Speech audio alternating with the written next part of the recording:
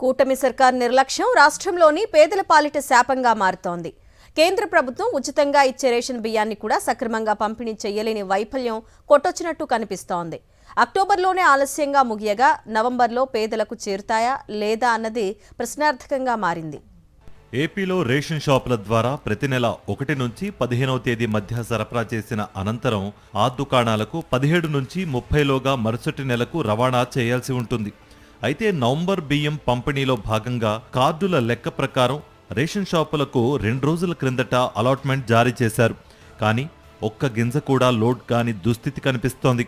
మండల స్థాయి నిల్వ కేంద్రాల నుంచి రేషన్ షాపులకు బియ్యం రవాణా చేసే స్టేజ్ 2 కాంట్రాక్టర్ల సంఘం తమ సమస్యలకు పరిష్కారం చూపితే తప్ప సరుకు తరలించేదే లేదని తేల్చి చెప్పడంతో ప్రజా పంపిణీ వ్యవస్థపై తీవ్ర ప్రభావం చూపుతోంది. రాష్ట్రంలోని 26 జిల్లాల్లో 252 ఎంఎల్ఎస్ పాయింట్లున్నాయి.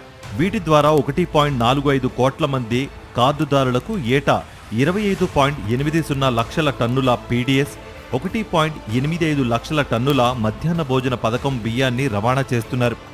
రేషన్ దుకాణాలకు సరఫరా ఒక ఎత్తైతే పాఠశాలలు, సంక్షేమ వసతి గృహాలకు డోర్ డెలివరీ చేయడంపై కాంట్రాక్టర్లు విముక్త వ్యక్తం చేస్తున్నారు.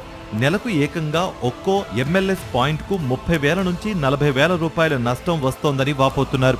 తమ పరిధి నుంచి ఈ విధానాన్ని తొలగించాలని 5 నెలలుగా కాంట్రాక్టర్లు కోరుతున్నా ప్రభుత్వం పట్టించుకోలేదు.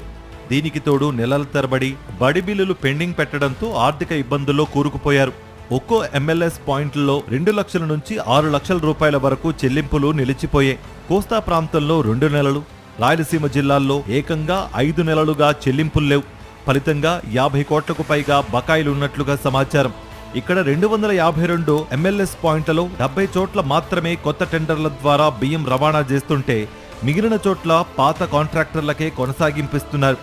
3 నెలలు కొనసాగించాల్సిన చోట ఏకంగా 6 నెలలు ఇవ్వడం ప్రభుత్వ నిర్లక్ష్యానికి నిదర్శనం.